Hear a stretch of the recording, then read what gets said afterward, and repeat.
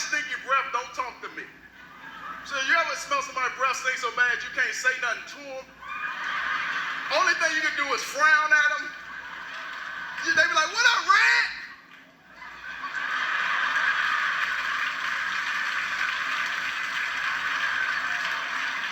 I don't know, my eyes hurt.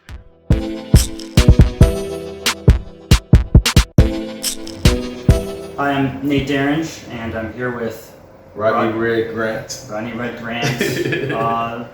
I've been for this interview, I've been researching you, and I come to the conclusion that you're probably the most successful and famous person I'll ever be on screen with. So it was cool exploring who you are. I've truly been blessed to be from Washington, D.C. D.C. has made me whole and gave me a lot of great artsy ways, I would say. Growing up in Southeast Washington, D.C., my mom's put me in every choir that I could be in. I dance every day. I play all the sports that you can play. And she just kept me super busy. Sung for 3 presidents.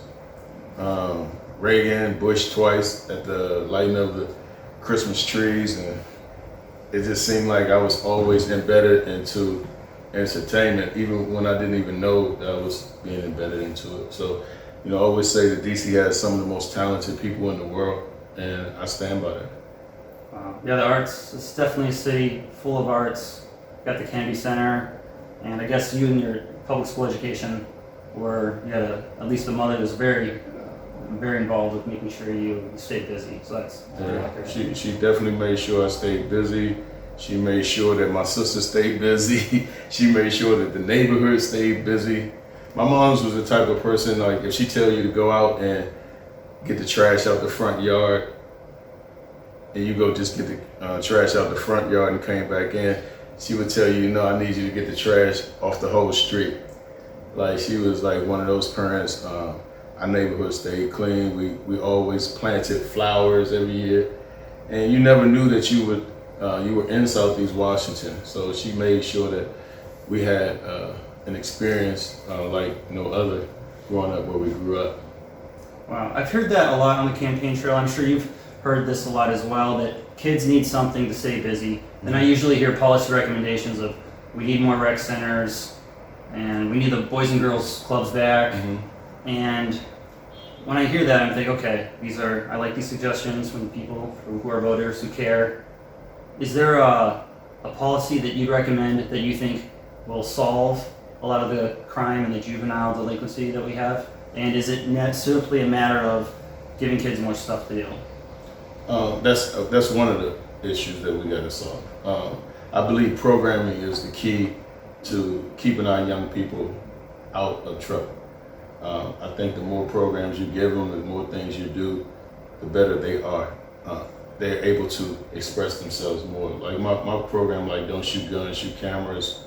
We teach kids filmmaking from thought to theater, and they get a chance to get things out of their head, write it on paper, see what they wrote, shoot it, edit it, and it's just a different experience when you get an opportunity to be turned on to that type of situation. I was turned on to it working for the Viacom network, producing shows, and over 25 shows for the network, and employing thousands of people, working with millions of dollars in budgets, and it helped me a lot. So I see kids come in with the grumpiest faces in the world, and by the end of the day, they're smiling. So I just feel like it's really about love, care, and respect, that we can give our kids some love, some care and respect, and let them know that somebody care about them. You can change a lot of kids' mentality. I feel like when you take recreation centers out of the equation, you hurt the community, because that's a place where people go and just get the energy out. That's where I went.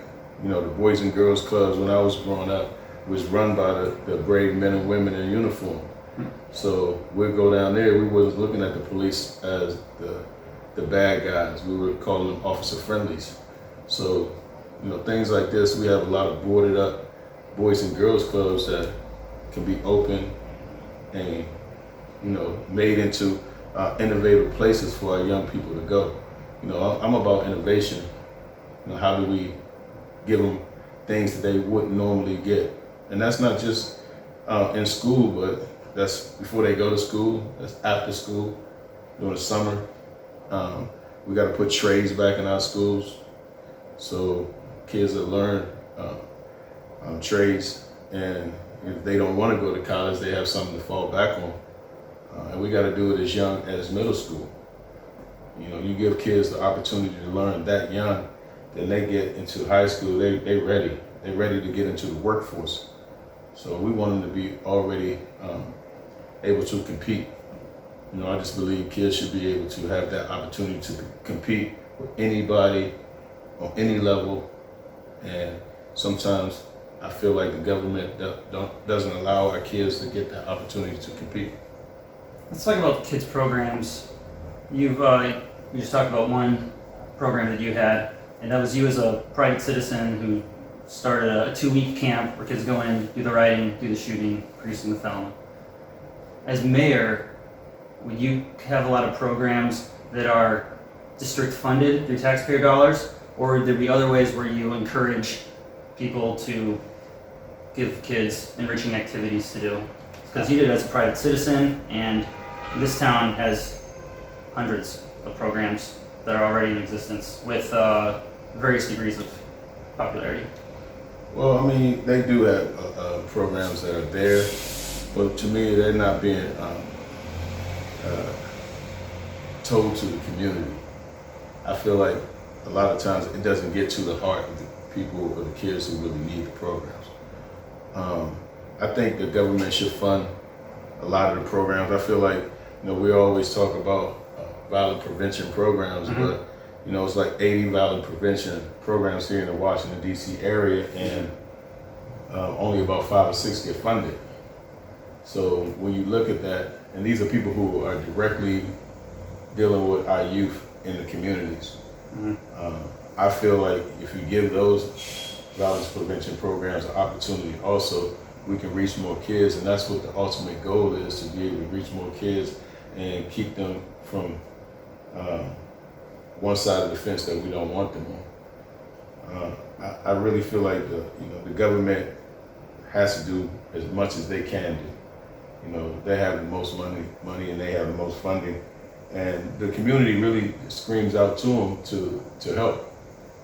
Okay, let's talk about these violence prevention programs. You said there's like 80. I have noticed there's quite a few that go around, and I'm curious about violence interrupters. This is a program that started under our mayor. It's cost many, many millions of dollars, and recently there's been multiple occurrences of violence interrupters who are causing violence on other people and not quite doing their job. Correct. And there's also a young 2nd grader who was recently killed, and I'm pretty sure that was the result of him attending a picnic that was put on by his mother, who was a violence interrupter. So we have some really tragic losses from these programs that aren't reducing violence, to my knowledge. So for programs like that, are you saying we need to keep stuff like violence interrupters funded and funding other things? Or do we need to maybe address other things that might be the cause of the violence in our community? So violence interrupters, keep it or don't keep it? Well, I mean, you gotta keep violent interrupters, but you have to get to the heart of what's really going on in our community and why the violence is happening. We also have a situation where a lot of the families are broken up. And All too common. it's too common, and that's not the main cause. But we really want to be able to deal with the mental health aspect of what's going on. A lot of kids have post-traumatic trauma right now from what they see in their communities. We got to prevent these things and our kids from seeing a lot of these things. It's becoming a situation where they're numb to it right now. And I think the community is becoming numb to it. I think the government is becoming numb to it. And I don't think we have a leader that's really speaking on what's really going on. I think as a leader of the city, you have to be able to speak on this situation right now. And if you can speak on it as a leader, then, you know, I don't know.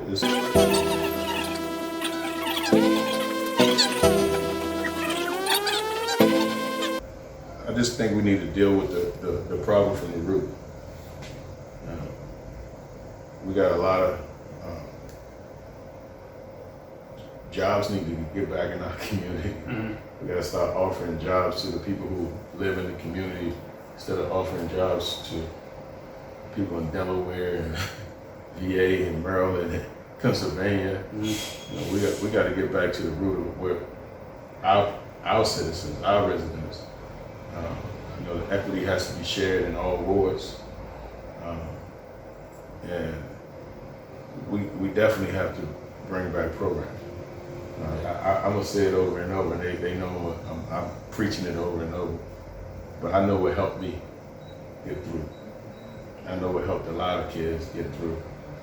Marionberry Summer Youth Program, you know, me having my first job gave me an opportunity to understand how to know firsthand hard work and work ethic, and how to save my money and how to use my money properly. It just gave me an opportunity to know financial literacy early. And we got to teach financial literacy in our schools. We got to put mental health professionals in our schools that kids can really go talk to. I know we have our counselors, but we need to go a little deeper so our young people can have a place to go and express themselves. Let's pause it right here for a moment. We brought up a few topics. Let's first talk about something I've seen in your platform, which is, I think you want the summer employment program. That's I've seen that in your platform? Yeah, Marionberry Summer Youth Program. Yeah, so tell me about creating jobs when, for me as a conservative, I see like government supplying jobs. Are you a conservative? I am. Okay. I am a conservative. Yep. And so I think in general, a lot of these problems that we have in society sometimes stem directly due to resources getting managed by the government and misused by the government, and resulting in like the big mistakes we see in the violence interrupters program. You said it right there, the Yeah. misuse of it.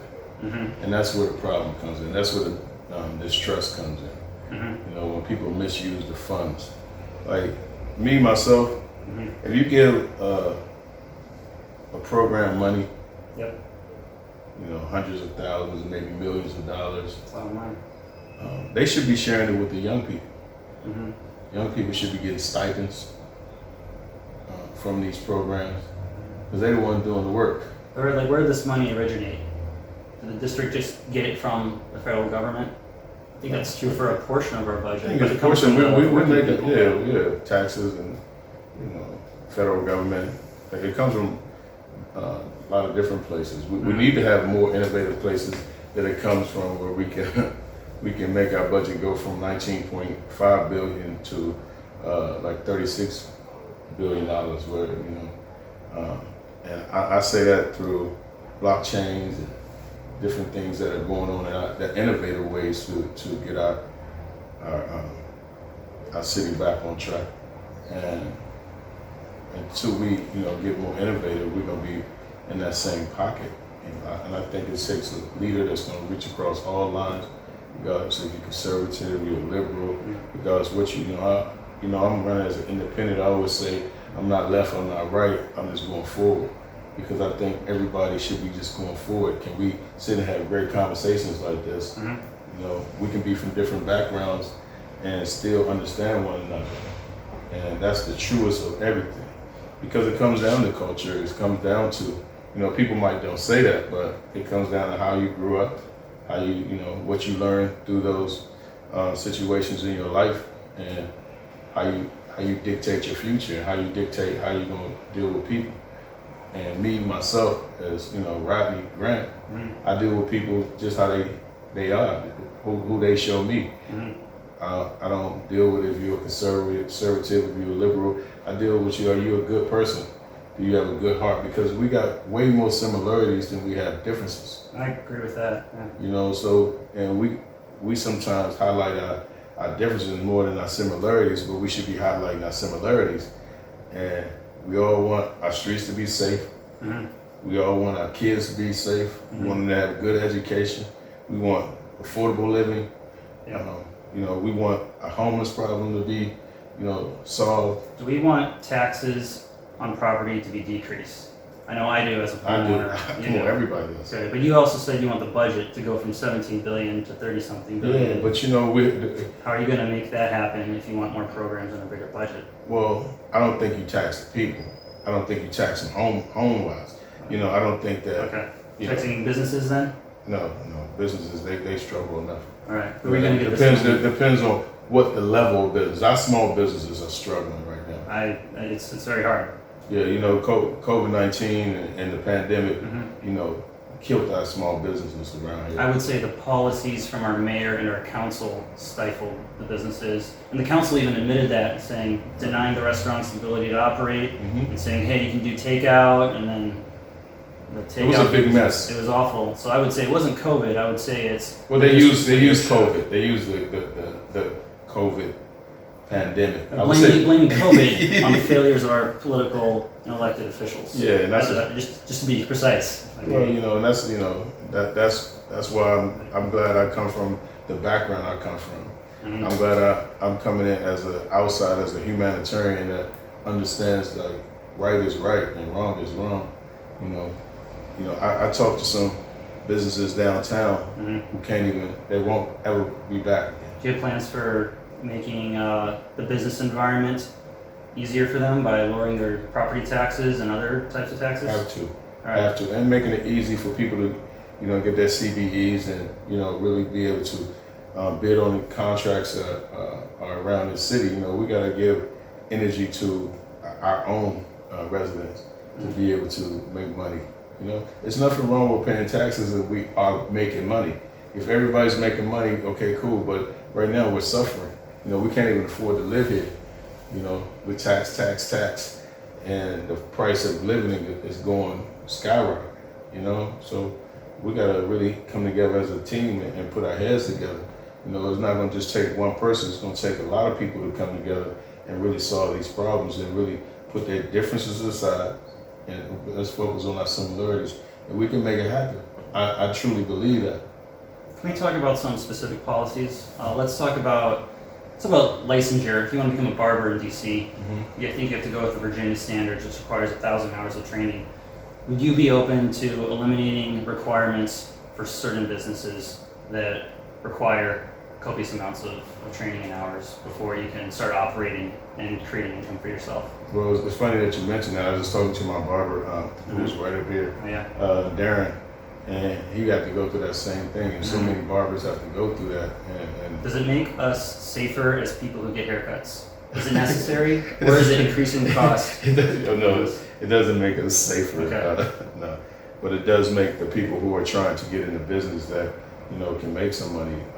And it creates an obstacle for A new big obstacle. Yeah, we have to stop creating the obstacles for our residents in our city.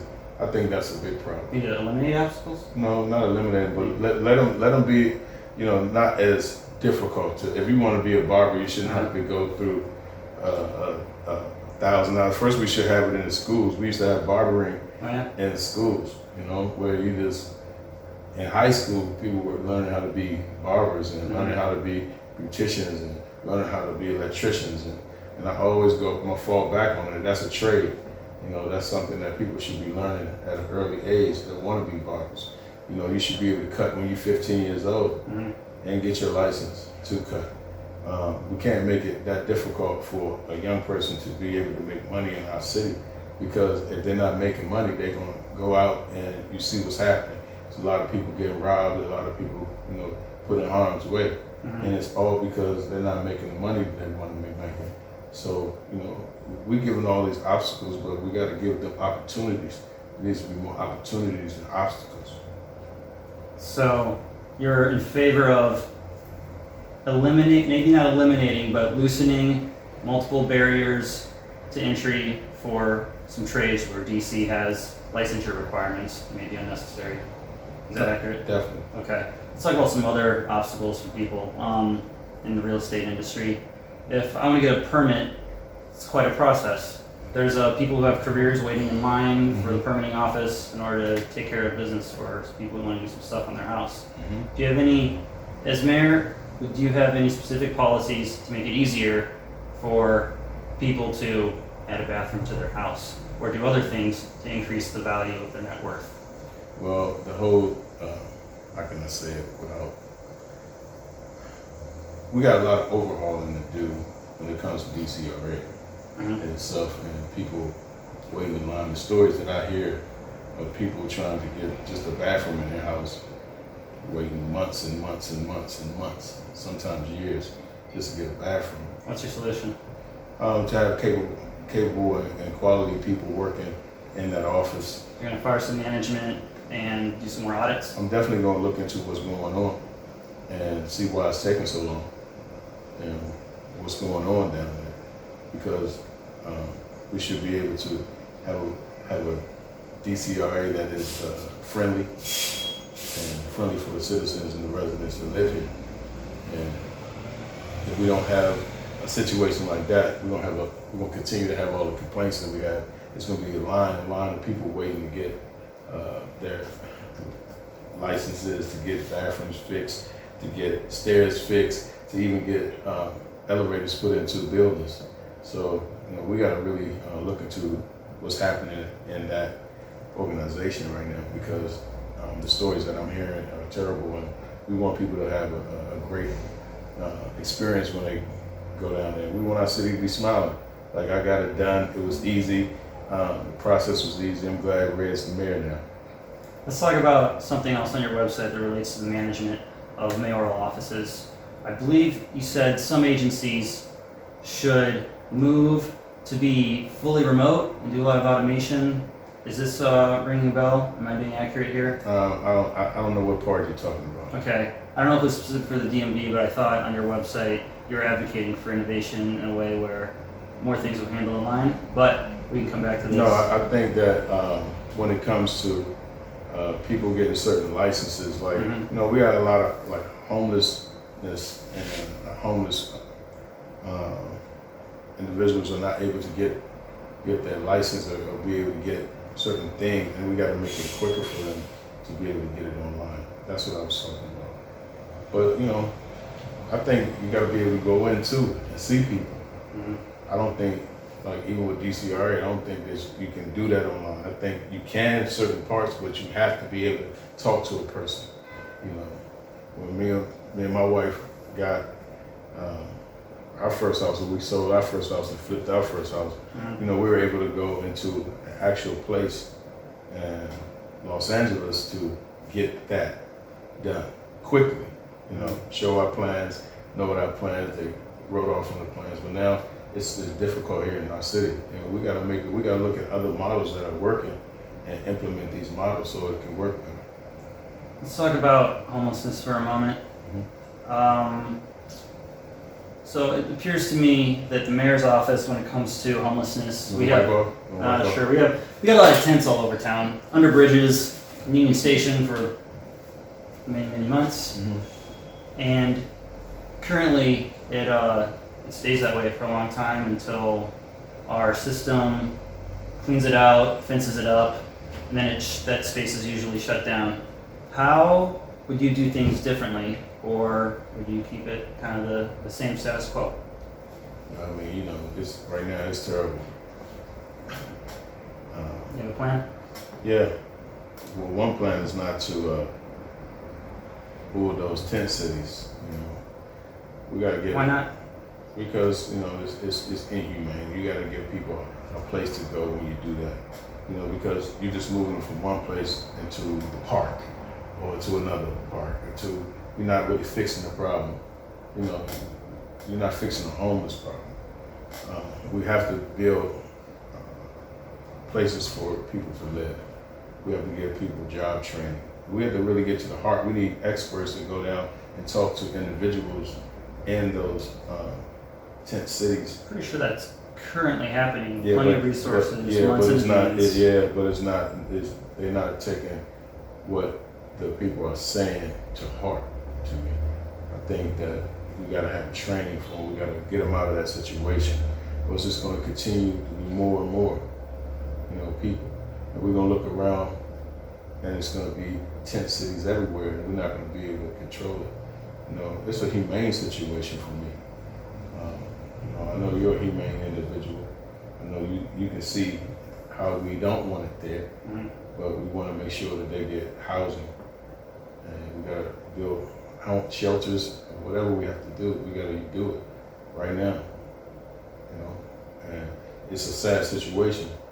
We actually go out and we feed the homeless, we clothe the homeless, and we deal with homeless on a daily basis in a real level.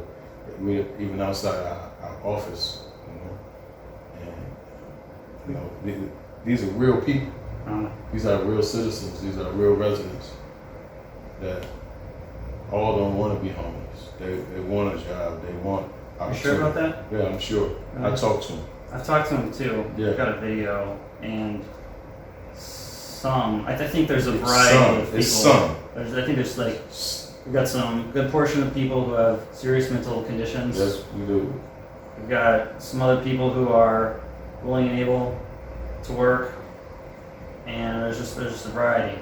It's a variety. So. It is a variety, but the ones who do want to work, let's try to get them employment. Let's get them job training. The ones who don't want to get off the street, because some of them I talk to, they'd rather not go to a homeless shelter. They said it's worse at the homeless shelter. I've heard the same. You heard the same? Yeah. So, they say when they go into the homeless shelter, it's worse. So we got to clean up our homeless shelters that we have. We got to put that effort into it to make sure people want to stay there and want to go there until they have, permanent residence. So it's something that we really got to take on as a city. But we can't turn our backs on it. Let's talk about you compared to our current mayor, Mario Bowser. Mm-hmm. From my perspective, it sounds like both of you have similar policies, lots of different programs. You're claiming that you're going to manage better, eliminate the waste in certain places like the Housing Trust Fund or other places. But really, I think politically, I'm not seeing a huge discernible difference between you two, besides you think you can be a better manager and you can come with some more effective programs. What are the biggest differences between you and our current mayor? I disagree with you. Well, I'm here, I'm listening. Yeah, I totally disagree with you. Management is one thing that I think that I have a super background in, managing situations, managing people. You're an executive with Viacom. Okay. And I just feel like we got a way different way of managing. I've talked to people who work with her, and I try to keep it on a civil level, but you can't manage by bullying. You can't manage by scaring. It has to be a morale-based system where everybody's happy. And I think my management team, skills shows around even my team members that are around me. I put the smartest people in place, and I allow them to manage also. Because, So basically you're saying you believe you're a more effective manager due to your experience, and maybe you might be a more inspirational leader, figurehead as well. Is that the sum of what makes you different from her? I think people think that I'm a great manager. I think people think I'm a great leader. I think people think that when you're around me, you feel the energy. And I think leadership starts at the top like a crown chakra. I think, that energy has to be pushed.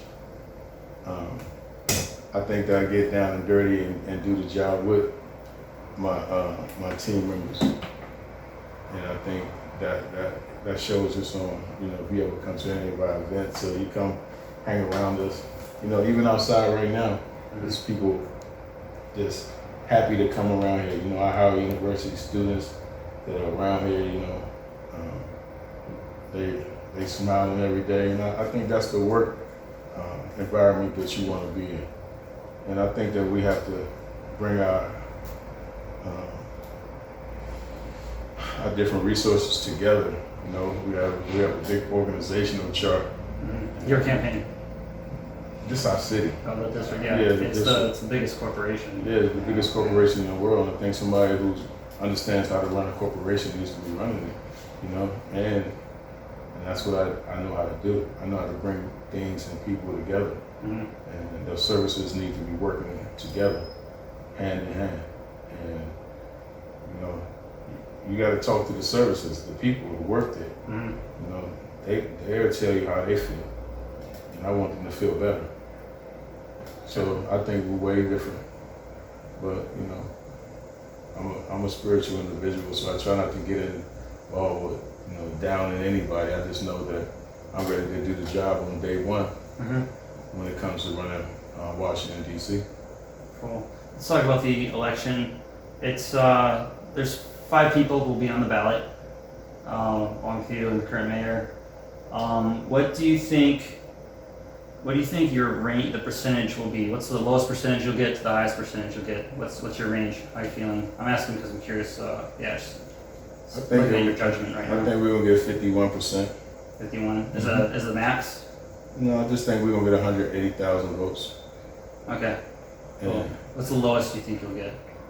I don't know about the lowest. We only deal with highest. Okay. You know, we go after the top. You know, we're trying to touch people daily, on a daily basis, from knocking doors to canvassing, to get in front of as many people as possible and let them know our policies, let them know who we are as a campaign and who I am as a person. And I think that the city is definitely ready for change. And I think on November 8th, they're going to show it. They're going to vote it. And, you know, primary showed a lot. It showed that she's very beatable. I saw that too. Yeah, you know. And we have a plan to be the next mayor of Washington, D.C., the first independent mayor of Washington, D.C. And we feel real strong about it. You know, we can't tell you our whole plan, but they'll see it. They'll see it as we go out into our communities. If you follow the movement, you see we stay in our communities. And that's all communities. That's from Ward 1 all the way down to Ward 8. So it's a serious situation for us. And Cool. we're super excited. You know, they didn't say, they said we weren't going to be here. I made my announcement May 15th, 2021. Yeah, it's in my neighborhood. So The steps of Frederick Douglass. And people laughed. People thought we couldn't get here. They thought we couldn't raise money. They thought we wouldn't get signatures. We got more signatures than the current mayor got. And they didn't think we could build an organization and a squad this big. And I told them that it's going to happen.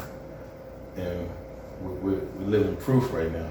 So we got about 70 more days to just grind out. And we're going to grind out to the fullest.